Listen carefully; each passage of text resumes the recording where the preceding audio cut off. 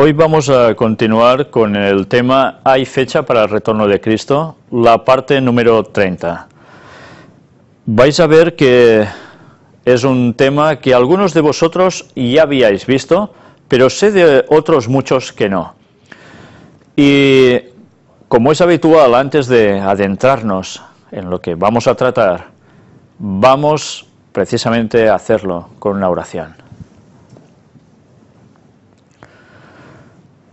Padre nuestro, te damos gracias por la oportunidad que nos das de seguir profundizando en el tesoro de tu palabra. Te queremos pedir, Señor, que el Espíritu Santo nos vaya guiando a toda la verdad, a toda la comprensión, y que nos ayude a romper esos esquemas, esos moldes que ya tenemos tan establecidos a veces en nuestra mente, que no dejan que progresemos, que no dejan que veamos la verdad que tú nos quieres seguir añadiendo, y nunca despreciando la anterior. Por eso te queremos pedir que el Espíritu Santo esté con nosotros y nos ayude a estar tan abiertos, a ser tan receptivos como sea necesario. Ayúdanos a ser humildes y a reconocer si estábamos equivocados para poder emprender el camino y la verdad de tu palabra plenamente. Perdona nuestros pecados. En el nombre de Jesús te lo pedimos. Amén.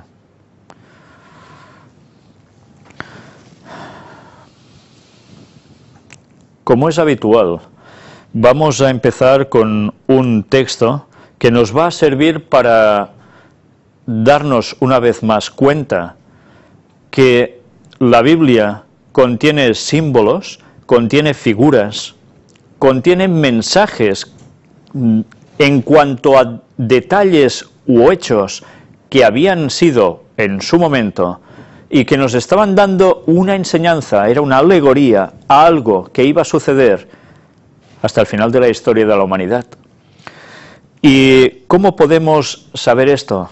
Bien, lo hemos demostrado a lo largo de todas las temáticas, 12 temas, si no recuerdo mal, de el tercer Elías, y lo estamos demostrando a lo largo de estas 30 temáticas de ¿hay fecha para el retorno de Cristo?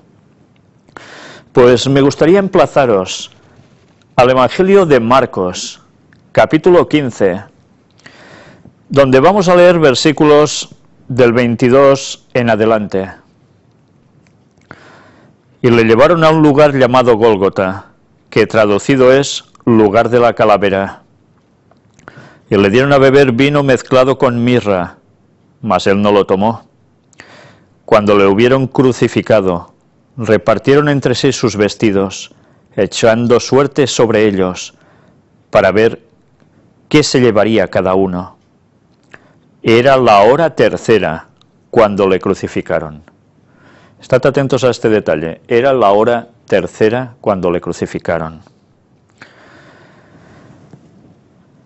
Y el título escrito de su causa era El Rey de los Judíos.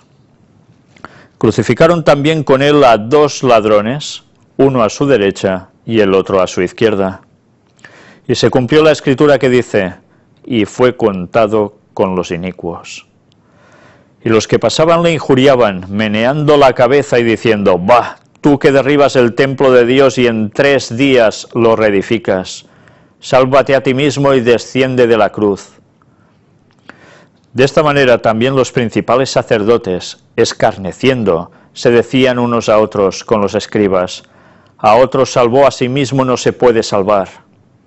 El Cristo, Rey de Israel, descienda ahora de la cruz para que veamos y creamos».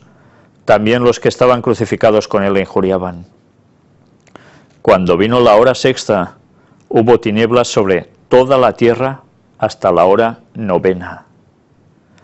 Y a la hora novena Jesús clamó a gran voz diciendo, «Eloi, Eloi, lama sabactani», que traducido es, Dios mío, ¿por qué me has desamparado?» Y algunos de los que estaban allí decían al oírlo, «Mirad, llama a Elías». Y corrió uno, y empapando una esponja en vinagre y poniéndola en una caña le dio a beber diciendo, «Dejad, veamos si viene Elías a bajarle». Mas Jesús, dando una gran voz, expiró. Bien, hasta aquí es suficiente para sacar algunas grandes conclusiones. ¿A qué hora Jesús fue crucificado? A la hora tercera. ¿Y a qué hora murió Jesús? ¿Expiró Jesús? A la hora novena. ¿Cuántas horas habían pasado entonces desde su crucifixión hasta su muerte? 6 horas. ¿Y después qué? El descanso. Una vez más vemos que hasta en la cruz la palabra de Dios nos estaba dando un mensaje. Jesús nos estaba dando un mensaje. En este caso, 6.000 años de agonía, de pasarlo mal, y después el descanso. Por fin, la paz. Pero esto no es suficiente. Crucificaron también con él a 2 ladrones, uno a su derecha y el otro a su izquierda. Y Jesús estaba en medio. 2 milenios de pecado. Eran pecadores. Y el tercero que estaba entre ellos, ¿quién era? El Santo de los Santos, Jesús. En el tercer milenio, la salvación, la santidad, el que no había pecado. Démonos cuenta cómo continuamente la Biblia nos estaba transmitiendo el mismo mensaje, desde Génesis hasta el final. Prácticamente hemos visto en muchos libros, muchos textos, que bajo simbologías, bajo formas y figuras, nos estaba diciendo exactamente lo mismo. Sé que hay personas que a esto les molesta, que a esto le llaman dar cábalas o hacer cábalas o inventarse cosas. La propia Biblia nos hablaba que había figuras, símbolos. Y si no comprendemos eso, nos perdemos el mensaje que Dios nos está dando como una advertencia. Jesús vuelve pronto. Los 6.000 años se cumplen en 2031, no hay duda de ello. Y Jesús va a regresar. ¿Os habéis fijado que aquí decían que bajara, que descendiera? Pues es lo que va a hacer precisamente. Hablaban de 3 días, nos lo estaban diciendo ellos y no sabían ni lo que estaban pronunciando. Pues ya nos damos cuenta que al tercer milenio vuelve Jesús. En el 2031 lo tendremos aquí. Y solo los que se hayan preparado, solo los que sepan que no viene como ladrón en la noche, porque estarán atentos, son los que se podrán ir con él. Los otros van a seguir en tinieblas, como sucedió en esa hora final, y no van a ser salvos. Pero bien, eso va a ser decisión de cada uno de los que oyen todos estos mensajes. Los argumentos son uno tras otro clarísimos.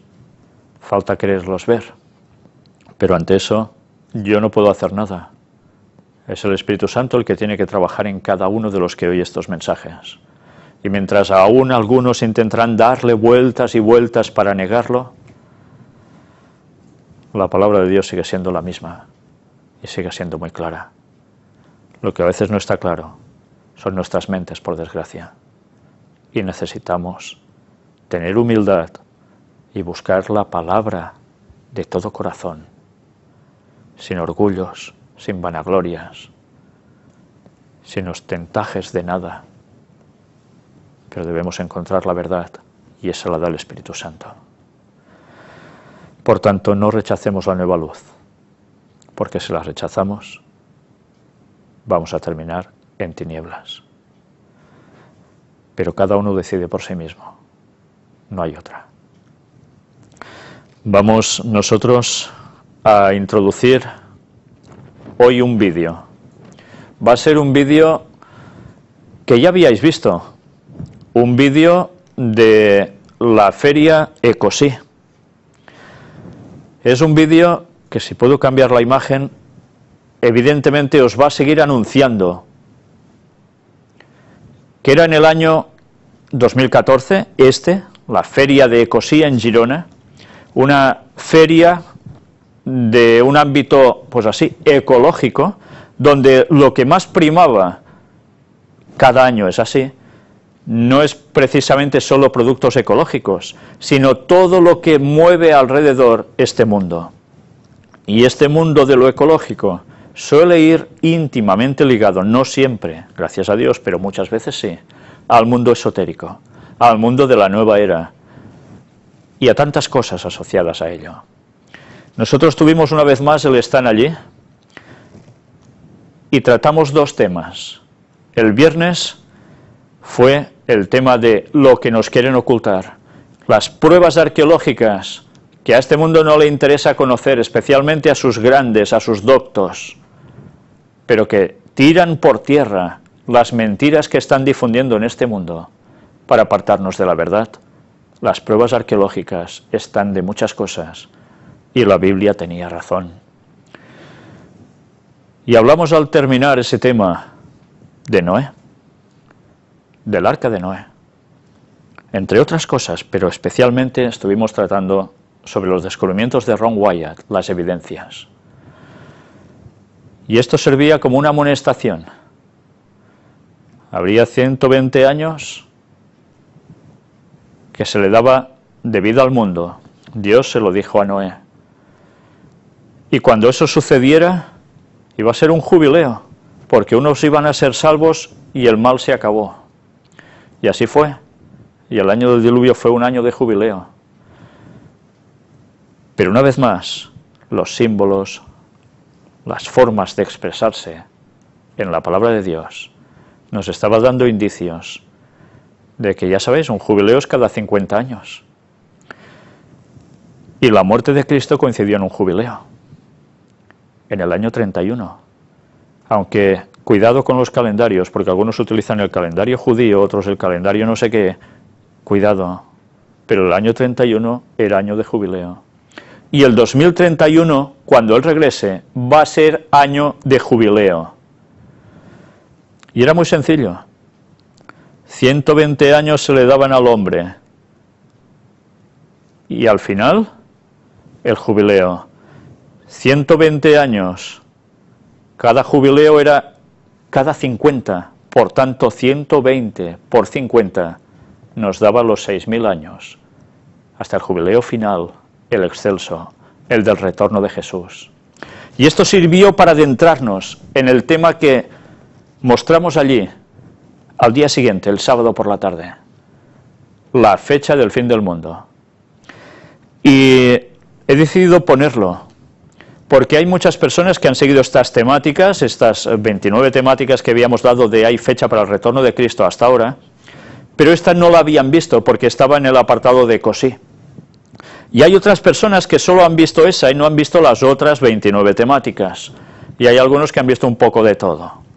Pues bien, tanto para unos como para otros, vamos a recuperar esa temática presentada al público en general, porque hay algunas cosas, algunos detalles, algunos textos que no he repetido a lo largo de estas 29 conferencias hasta hoy, que es la número 30 ya, pero que vale la pena tener presente, porque nos dice exactamente cuándo va a venir Jesús.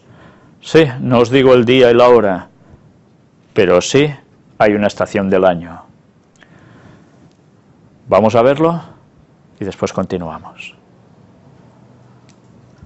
La conferencia de hoy tiene un seguimiento total respecto a la de ayer, donde vimos cómo el mundo terminó una vez por un diluvio universal. Presentamos todas las pruebas arqueológicas al respecto, de la misma arca de Noé, de los remaches, muchas cosas más, y que, curiosamente, ese relato aparecía en un libro que es prácticamente casi maldito actualmente. Cuando se habla de él, la gente parece ser que ya huye, porque es la Biblia. Y la Biblia, ya sabéis que es un libro que ha caído en un descrédito total, quizás porque algunas religiones también han ayudado mucho a ello. Pero resulta que cuando uno estudia a fondo, se da cuenta de que es una auténtica maravilla, que no da más que sorpresas continuas y que la arqueología sigue demostrando que todo lo escrito allí es totalmente cierto. Basándonos en eso, he de deciros de que hay también en la Biblia muchísimas profecías, cientos de profecías, que nosotros a lo largo de todas las conferencias estamos mostrando para precisamente demostrar que no ha habido ni una sola que ha fallado. Basándonos en un acierto del 100%, no como videntes mediums que todos van con porcentaje de aciertos, nunca con un 100%, vamos a presentar una profecía que algunos intuíamos desde hace muchos años, que eso podía ser una realidad, pero nos faltaba un dato. Ahora, este dato ya se ha hallado, aproximadamente hace unos 2 años y pico.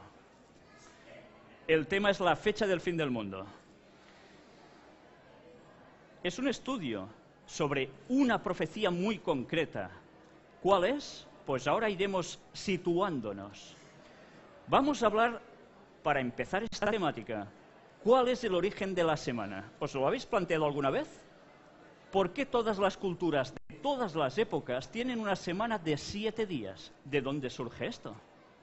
No vais a encontrar explicación ninguna. La ciencia no puede darla.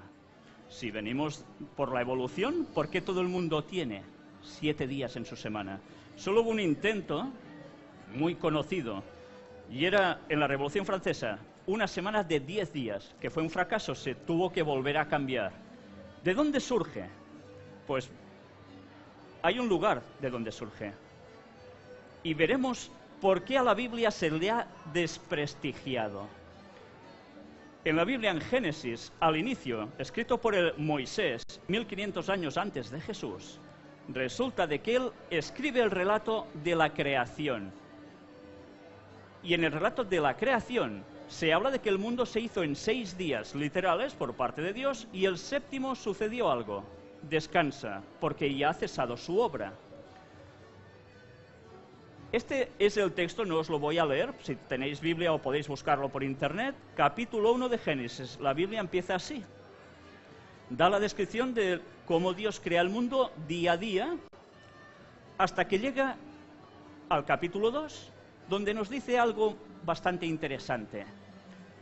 Y acabó Dios en el día séptimo la obra que hizo, y reposó el día séptimo de toda la obra que hizo. Y bendijo Dios al día séptimo y lo santificó, porque en él reposó de toda la obra que había hecho en la creación. ¿Y qué día es ese? Si os pregunto, el séptimo día de la semana, ¿cuál es? ¿Qué me vais a decir? Domingo, domingo. Y si os digo que no es domingo, me diréis, anda ya, ¿sí? Pues nos vamos a llevar una sorpresa, porque el mismo texto bíblico dice cuál es el séptimo día de la semana. El cuarto mandamiento que se le dio a Moisés, y vimos ayer el monte Sinaí quemado, donde precisamente Dios le da los mandamientos a Moisés, resulta que dice que el séptimo día es sábado.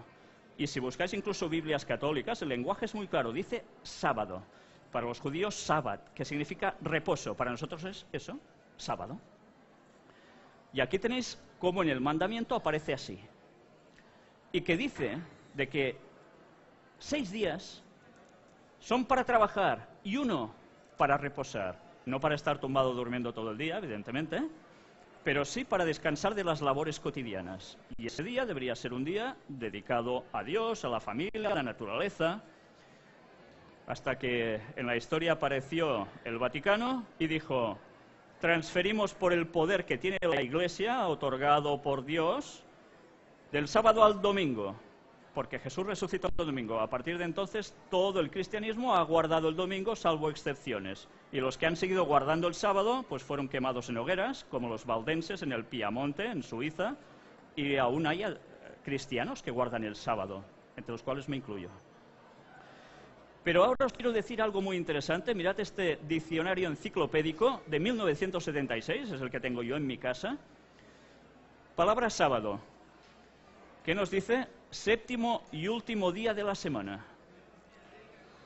Entonces, ¿qué ha pasado aquí? Si ahora vosotros cogéis cualquier diccionario, cualquier enciclopedia editado a partir de los años 90, veréis que esto ha desaparecido. Y ahora se dice que el domingo es el 7º día de la semana. ¿Por qué creéis que ha habido este cambio hasta en las reales academias de la lengua y demás? Porque hay pruebas que se quieren evitar que la gente conozca, para poder demostrar que lo que nos han estado vendiendo es una falsedad, es un gran engaño. Vamos a un texto clave de codificación numérica simbólica que hay en la Biblia y muchas personas les conocen. Un texto del Nuevo Testamento, 2 de Pedro 3. Todos conocéis el apóstol Pedro, el que negaba a Jesús y etcétera, ¿no? Mas, oh amados, no ignoréis esto, que para con el Señor un día es como 1000 años, y 1000 años como un día. Aquí nos está dando un código. Un día equivale a 1000 años. Términos proféticos.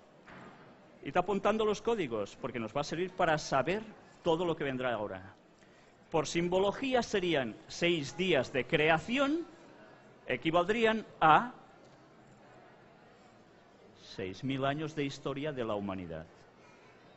La Biblia desde el Génesis nos estaba diciendo de que habría una duración de 6000 años y luego acontecería algo. ¿Qué viene después del 6º día? El sábado, ¿no? El reposo. ¿Y qué significará esto? ¿Qué va a acontecer cuando se cumpla este año?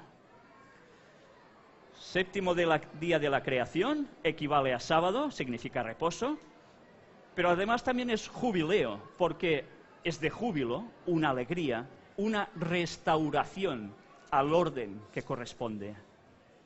Después vamos a tratar sobre los jubileos. Quedaos con este concepto ahora. Vamos a ver un texto básico. Oseas capítulo 6, versículo 2. Un texto escrito en el año aproximadamente 780 antes de Jesús. Es una profecía mesiánica de doble cumplimiento. Profecías mesiánicas son aquellas que hacían referencia a lo que le acontecería a Jesús y que se cumplió. Nos dará vida después de 2 días. En el 3er día nos resucitará y viviremos delante de Él. ¿Vosotros habéis visto a alguien que se muera y al cabo de 2 días resucite y viva delante de Dios? Esto solo aconteció con Jesús así. Se cumplió en Él. Al 3er día resucita. Pero hay una profecía, esta, que tiene un doble cumplimiento. Porque aquí nos incluye a nosotros. Evidentemente, Jesús muere y gracias a eso nosotros podemos conseguir vida eterna, salvación, etc. Pero ¿nos quiere decir algo más?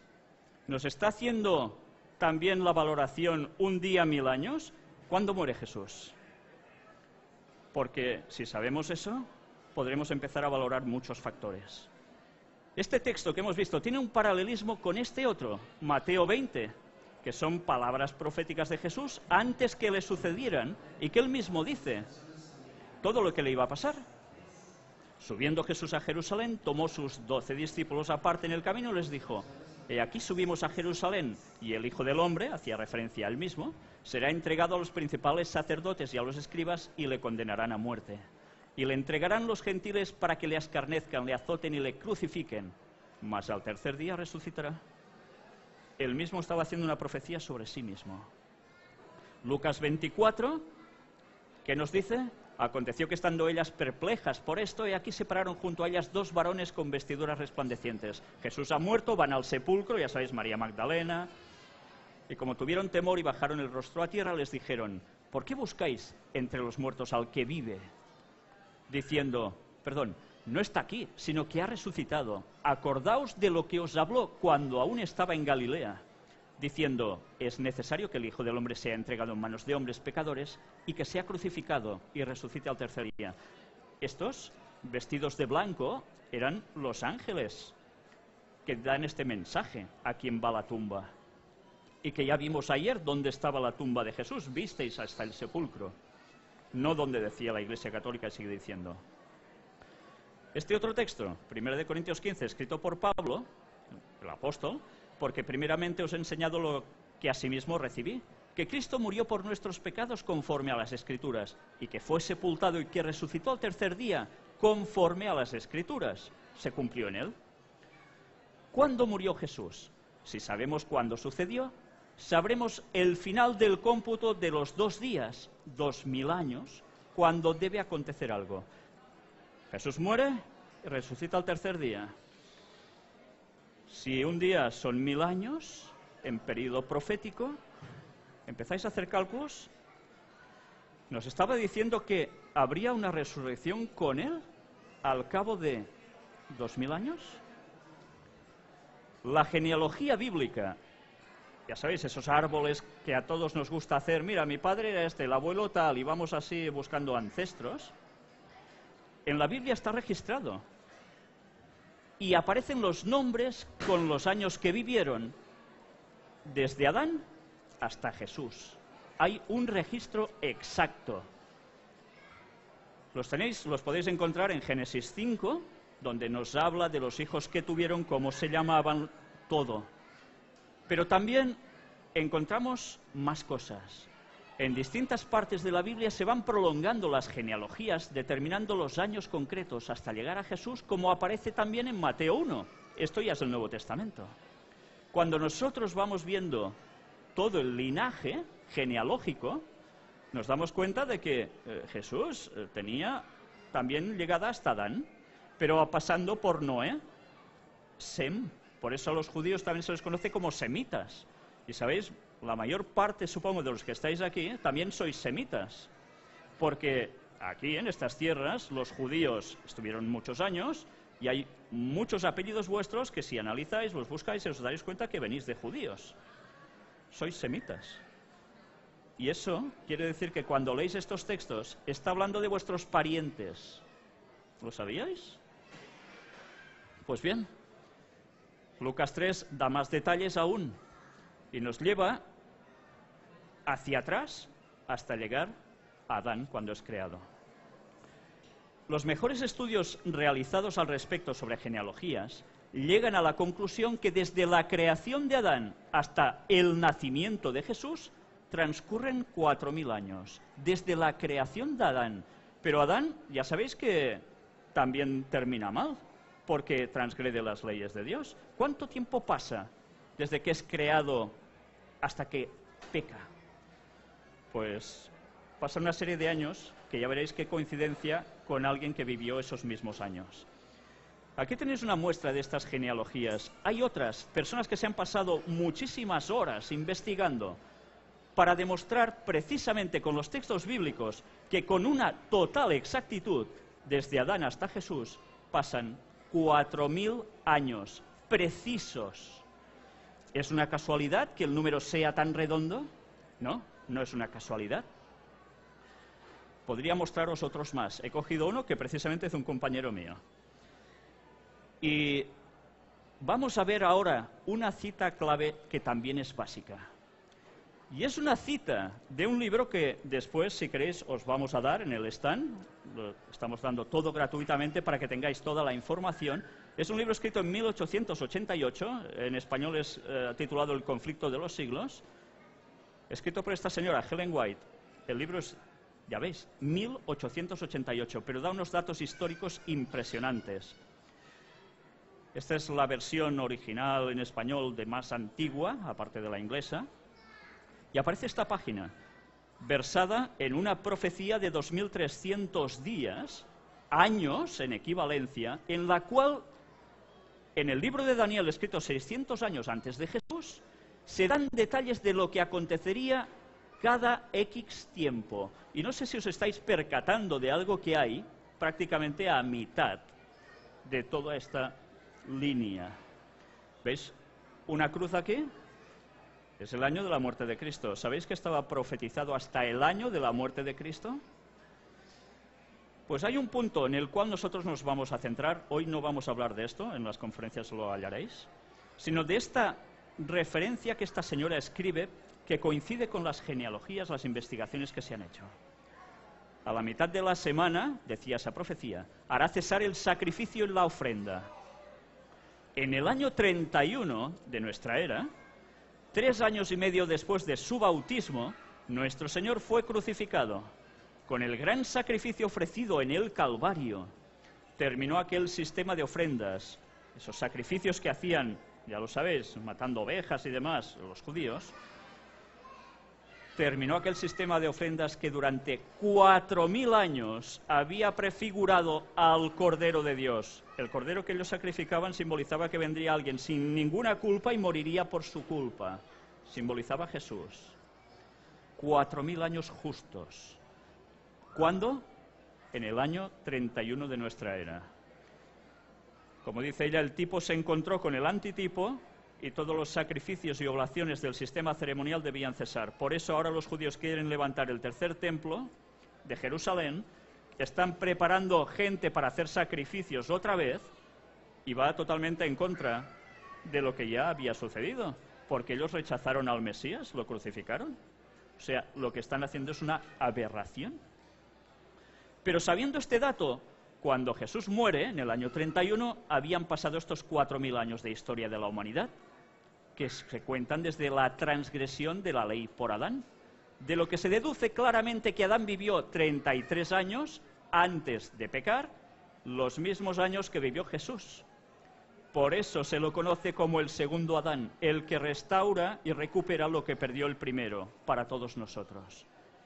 No es casualidad que Jesús muriera justo a esa edad. Pero entonces, ¿cuándo se cumplirán esos 6000 años? Un diagrama muy claro. Todos sabéis sumar, ¿verdad? Entrada del pecado en Edén hasta la muerte de Cristo. En el año 31 pasan 4000 años, la crucifixión. Pero la profecía, ¿qué nos decía? Que eran 6000 años.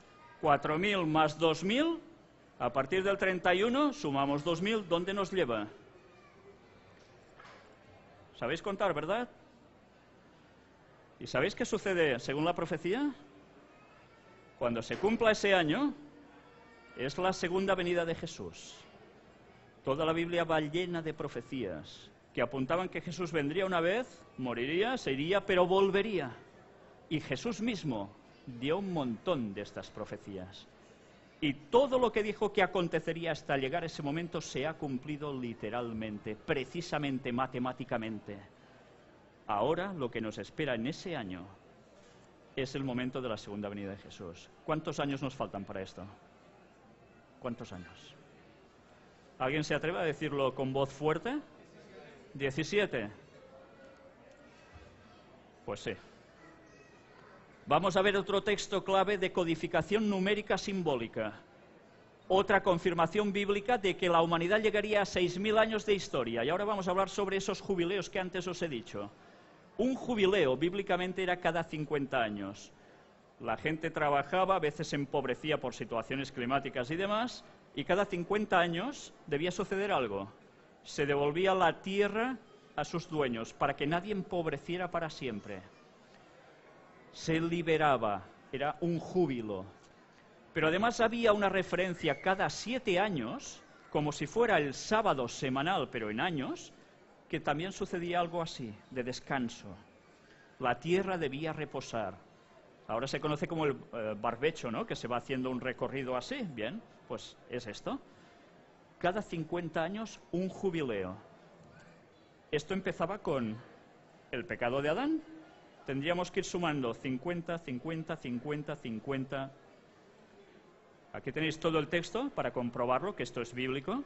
Tiene un paralelismo con Génesis 6:3, donde dice, y dijo Jehová, no contenderá mi espíritu con el hombre para siempre, porque ciertamente él es carne, mas serán sus días 120 años. Esto lo dijo Dios antes del diluvio. Le dice a Noé, va a haber un diluvio, prepara el arca, la que visteis ayer, y 120 años, justo cuando yo te digo esto, viene el diluvio, viene la destrucción final.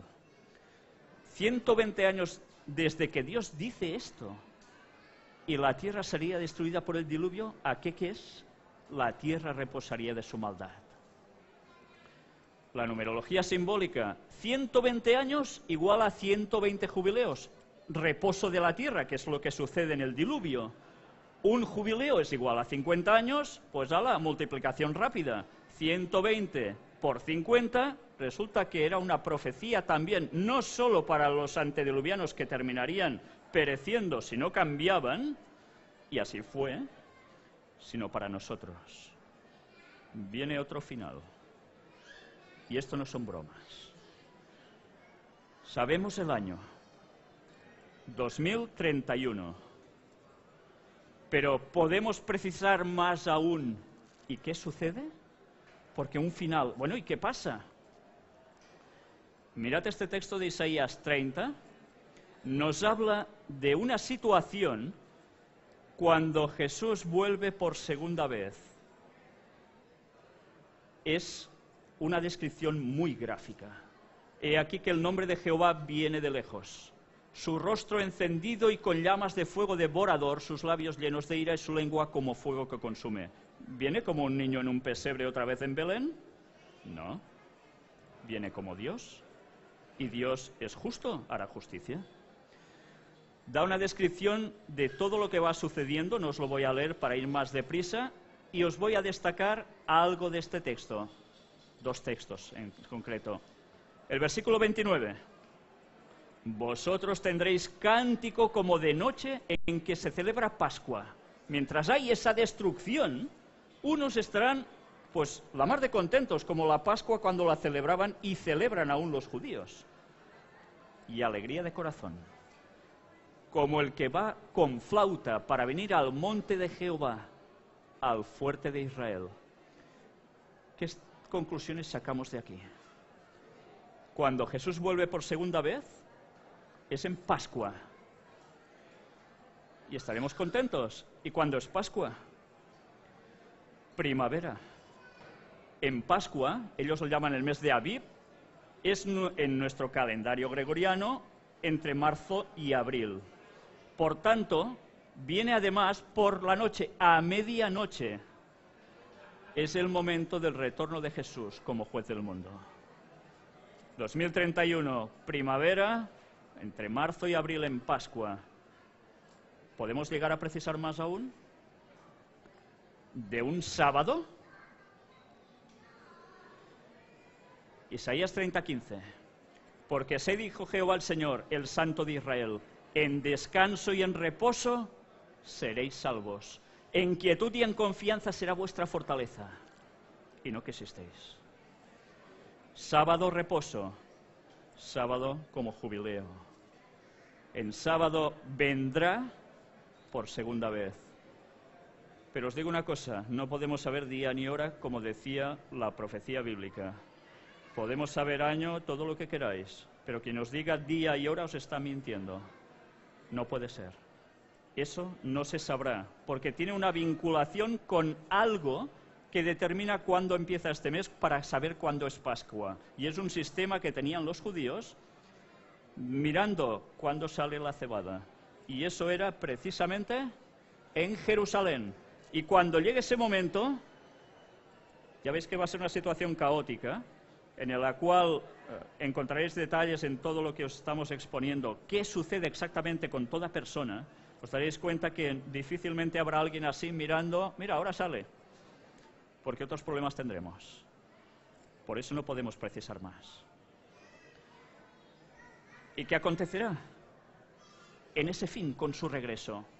Viene Jesús, vamos a ver detalles. Segunda de Pedro 3 nos dice: estos ignoran voluntariamente que en el tiempo antiguo fueron hechos por la palabra de Dios los cielos y también la tierra, que proviene del agua y por el agua subsiste. Por lo cual el mundo de entonces pereció anegado en agua. Lo está confirmando el apóstol Pedro, el diluvio universal. Pero los cielos y la tierra que existen ahora están reservados por la misma palabra, guardados para el fuego en el día del juicio y de la perdición de los hombres, ¿todos? No, de los hombres impíos. No todos los hombres son impíos, no toda la humanidad es impía. Mas, oh amados, no ignoréis esto, que para con el Señor un día es como 1000 años y 1000 años como un día. ¿Veis en qué contexto estaba situado? En el contexto del fin. El Señor no retarda su promesa, según algunos la tienen por tardanza, sino que es paciente para con nosotros, no queriendo que ninguno perezca, sino que todos procedan al arrepentimiento. Pero el día del Señor vendrá como ladrón en la noche, en el cual los cielos pasarán con gran estruendo, y los elementos ardiendo serán deshechos, y la tierra y las obras que en ella hay serán quemadas. Por eso la próxima destrucción no es por agua, no, va a ser por fuego. Pero no todo el mundo va a terminar chamuscado. Puesto que todas estas cosas han de ser deshechas, ¿cómo no debéis vosotros andar en santa y piadosa manera de vivir, esperando y apresurándoos para la venida del día de Dios, en el cual los cielos encendiéndose serán deshechos y los elementos siendo quemados se fundirán? Pero nosotros esperamos, según sus promesas, cielos nuevos y tierra nueva, en los cuales mora la justicia. O sea, ¿qué habrá después? Justicia. ¿Habéis conocido justicia en esta tierra alguna vez? A trozos, ¿eh? Ahora será para siempre. Por lo cual, oh amados, estando en espera de estas cosas, procurad con diligencia ser hallados por Él sin mancha y irreprensibles en paz. Esto es lo que nosotros debemos hacer. El apóstol Pablo escribe en 1 Tesalonicenses 5. Pero acerca de los tiempos y de las ocasiones, no tenéis necesidad, hermanos, de que yo os escriba, porque vosotros sabéis perfectamente que el día del Señor vendrá, así como ladrón en la noche, como una sorpresa. Que cuando digan, atención a lo que ahora estoy leyendo, paz y seguridad, entonces vendrá sobre ellos destrucción repentina como los dolores a la mujer encinta y no escaparán. ¿Sabéis que el Papa, cuando ha estado en Tierra Santa esta semana, ha dicho paz y seguridad? Tenéis delante vuestro profecía bíblica, cumpliéndose, ¿lo sabíais? Mas vosotros, hermanos, no estáis en tinieblas para que aquel día os sorprenda como ladrón. Sabemos cuándo vendrá, no como el resto que no quieren saberlo.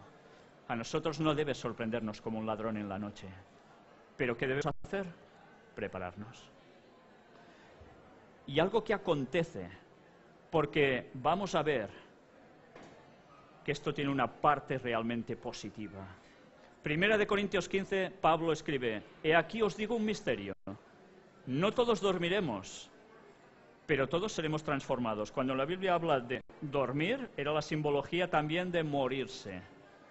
O sea que no todos vamos a morir, pero todos seremos transformados. Hay una transformación en nuestros cuerpos cuando viene Jesús. En un momento, en un abrir y cerrar de ojos, un parpadeo. A la final trompeta, porque se tocará la trompeta y los muertos serán resucitados incorruptibles y nosotros seremos transformados. ¿Habíais oído hablar de la resurrección de los muertos? Mirad que ahora se habla de que el alma es inmortal. Esto no es un conocimiento de ahora. Todas las culturas paganas de todas las épocas creyeron que cuando uno se muere se va a algún lugar, pulula por algún sitio. Por eso hay la posible comunicación con los muertos. Es falsa, no os lo creáis. Los muertos, según la Biblia, están muertos, nada saben. Y háblale lo que quieras, que no te va a oír, ni te va a hablar. Alguien se hace pasar por esos difuntos. Y ya os podéis imaginar quién es, ¿eh? Porque es necesario que esto corruptible, nuestra materia de ahora, se vista de incorrupción y esto mortal se vista de inmortalidad. No somos inmortales, somos mortales. Y cuando esto corruptible se haya vestido de incorrupción y esto mortal se haya vestido de inmortalidad, entonces se cumplirá la palabra que está escrita, sorbidas la muerte en victoria.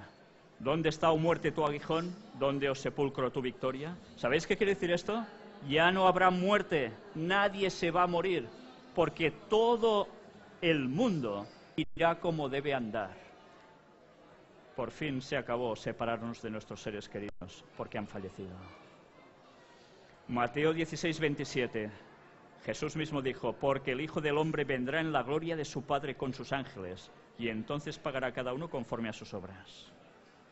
Vendrá con sus ángeles. El cielo queda vacío, vuelve con el Padre a buscar a los suyos.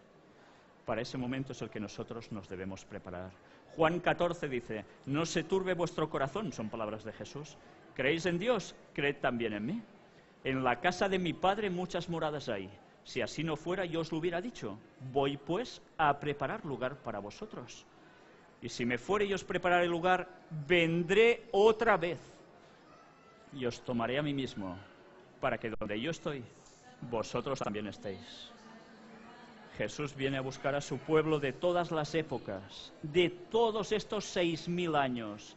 ¿Estamos preparados para ser de su pueblo? ¿O seguiremos creyendo lo que no toca, porque quizás nos gusta más, pero no es lo real? Mirad cómo termina Apocalipsis 21, un texto que todos podemos tener grabado aquí. Enjugará Dios toda lágrima de los ojos de ellos, y ya no habrá muerte, ni habrá más llanto, ni clamor, ni dolor, porque las primeras cosas pasaron. Todo lo malo se acabará. Y Apocalipsis 6 termina diciendo, ya concluyendo: miré cuando abrió el sexto sello y aquí hubo un gran terremoto, y el sol se puso negro como tela de cilicio, y la luna se volvió toda como sangre. ¿Sabéis esto?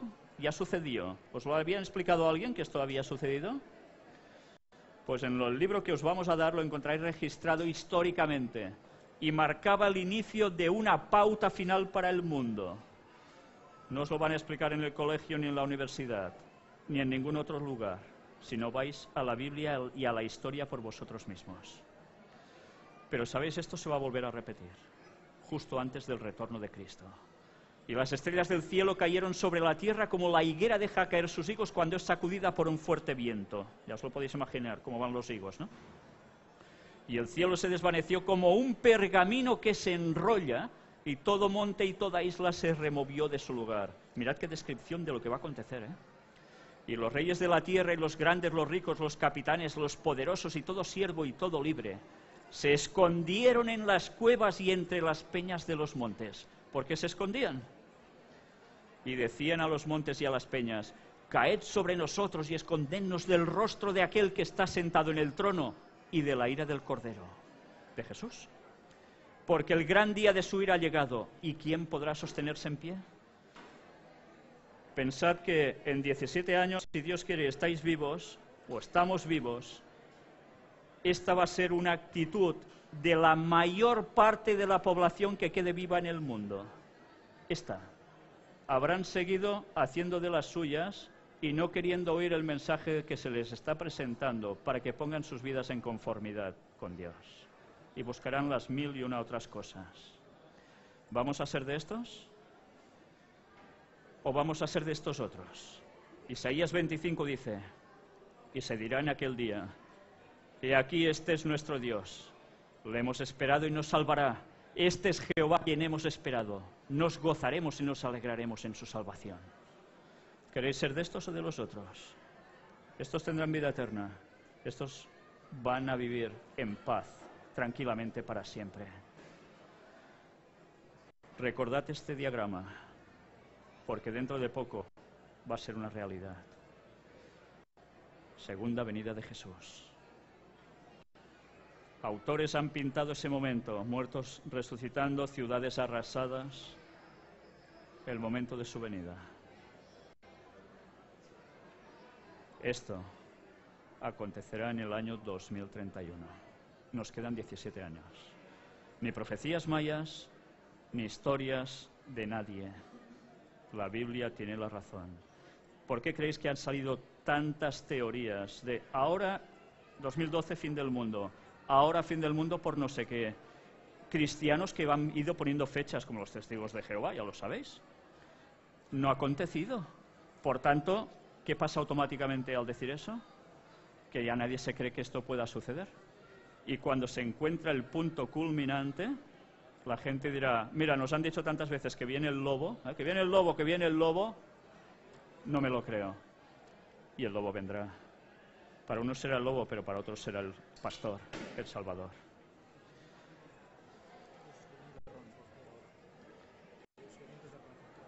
Sí, me apuntan un dato importante. Si sois conscientes, estuvimos presentando ayer los descubrimientos arqueológicos que dan todas las evidencias que el texto bíblico es cierto al 100%, aunque el propio Vaticano esté diciendo que son mitos y leyendas. Ahora, todos los descubrimientos de Ron Wyatt que estuvimos mostrando ayer nos reafirman que todo esto es cierto. Porque antes de que esto suceda, va a aparecer a la luz pública también un objeto del cual estuvimos hablando ayer, y es el Arca de la Alianza. Eso va a aparecer en pocos años. Todos estos descubrimientos son las evidencias que ahora el hombre actual necesita porque por vosotros mismos cogeríais una Biblia, difícilmente, ¿verdad?, con la mala fama que ya le ha caído a la pobre. Pues resulta que con estos descubrimientos nos hace pensar y decir, si esto es verdad, a mí me han estado enseñando evolución, me han estado enseñando muchas otras cosas, pero para nada me han estado enseñando esto. Y me han dicho que todo esto son tonterías. Entrad en la página oficial del Gran Engaño, encontraréis todas las temáticas que podréis investigar por vosotros mismos y veréis todas las pruebas irrefutables de que la Biblia tenía razón. Por eso os insto, preparaos para este momento. Buscad la Biblia por vosotros mismos. Dentro de poco va a ser difícil poder leer esos textos. Porque además alguien se está encargando de desvirtuar también el punto final de la historia de la humanidad. ¿Sabéis qué están predicando todas las grandes religiones de este mundo? Que va a venir un Mesías. Y ese Mesías, con distintos nombres, va a poner 1000 años de paz en la tierra. Todos los creyentes cristianos también lo aceptan. Eso es mentira. Bíblicamente no es cierto. Y vendrá alguien haciéndose pasar por Jesús. El Vaticano está hablando de extraterrestres. El Papa dice, si vienen los extraterrestres, hasta los bautizo. ¿Sí? No paran de ponernos películas sobre extraterrestres, alguien que viene desde fuera. Hay alguien que cuando se haga pasar por Jesús hará una actuación perfecta. Y va a hacer milagros, va a hacer sanaciones tremendas. Y va a poner el mundo en una sintonía como si fuera todo una balsa de aceite. Una tranquilidad absoluta. Pero estad al tanto. El Vaticano está haciendo un movimiento de ecumenismo, unir a todas las religiones bajo un mismo paraguas. Habéis visto la escenificación del Papa en Tierra Santa abrazando a judíos y musulmanes. Eso es un mensaje definitivo. Va a haber una unidad de creencia, no solo de católicos, protestantes, van a haber budistas, van a haber hinduistas, van a haber gente de la nueva era, va a haber gente de todos, porque se nos va a vender de que es muy bueno esto. Todos en armonía, aunque creamos cosas distintas. La verdad va a importar poco, porque quien diga la verdad va a tener problemas.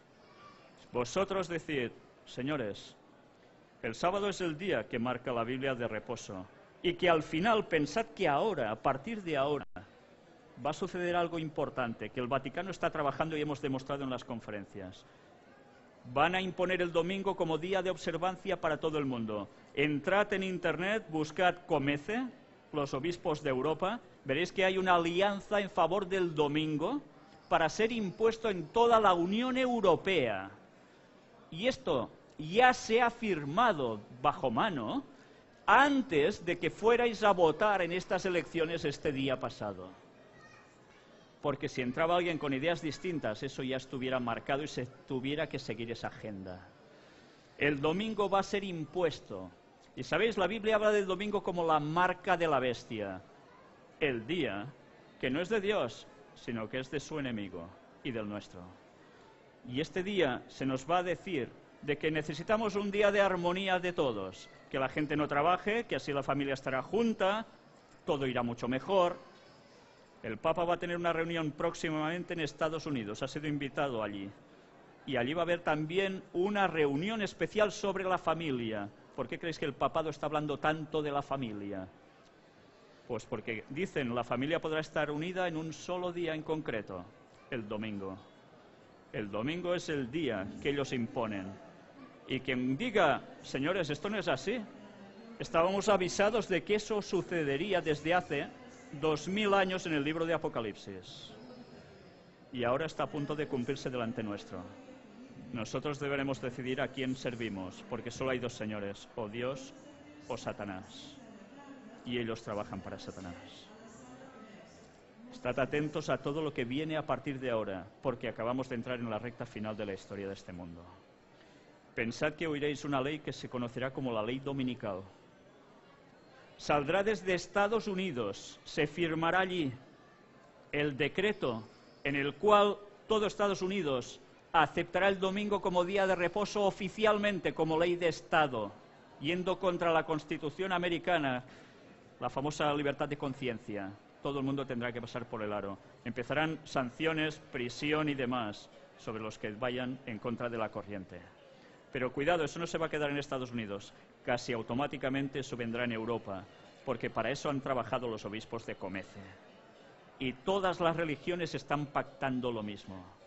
Dentro de poco tiempo se va a hacer oficial ese ecumenismo.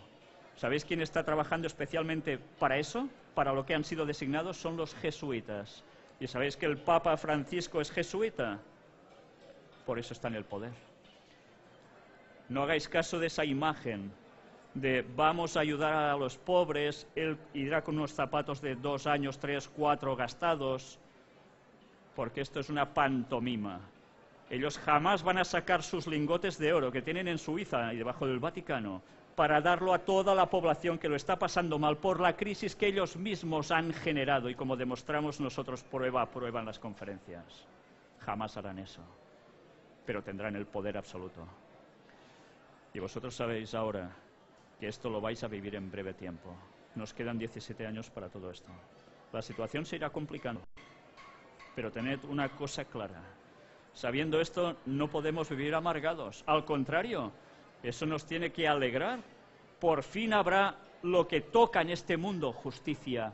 No habrá muerte, no habrán lágrimas, no habrá dolor. ¿Qué más queremos? ¿No está buscando la humanidad continuamente esto por todas partes y no hay forma de conseguirlo? Jesús viene a darnos esto. Pues es el momento en que nosotros debemos responderle. Jesús no vino a morir en esa cruz, tal como mostramos, y como próximamente se mostrará en las pruebas de la sangre analizada de Jesús. Vino no a reírse de nosotros, vino para que nosotros podamos ser salvos. Él pagó por nosotros. Va siendo el momento en que le correspondamos. La alegría de tenerlo a Él dentro nuestro no lo vais a encontrar con nada. Cualquier situación adversa no va a ser lo mismo para vosotros. Por tanto, voy a terminar aquí. No sé si alguien quiere decirme alguna pregunta, cuestionar algo, ¿sí? Bien, después hubo alguna serie de preguntas, alguna serie de respuestas en consecuencia. Estuvimos unos minutos más. El mensaje se había dado. Vino un público que, como ya sabéis, había de todo. Gente de la nueva era, gente atea, gente católica, un poco de todo. Pero las caras de todos fueron de expectación. Las caras de las personas, sus ojos, sus miradas, estaban denotando que estaban captando el mensaje. Y cuando hice la pregunta que habéis oído, la gente respondió. Y aquí mismo, en estos momentos, hay 2 personas que estuvieron allí. Y gracias a eso, ahora están aquí. Seguiremos con las temáticas. Seguiremos avanzando y dando más detalles aún que no hemos puesto hasta ahora. Y después veremos hasta dónde Dios nos lleva a seguir hablando más temas. Pero sea como sea, sabemos por todos lados, y habéis visto textos que no aparecían en otras conferencias, que el retorno de Cristo es en primavera. Año 2031, Pascua. Pronto aún veremos otros detalles que nos seguirán confirmando esto y otras cosas. Vamos a finalizar con una oración.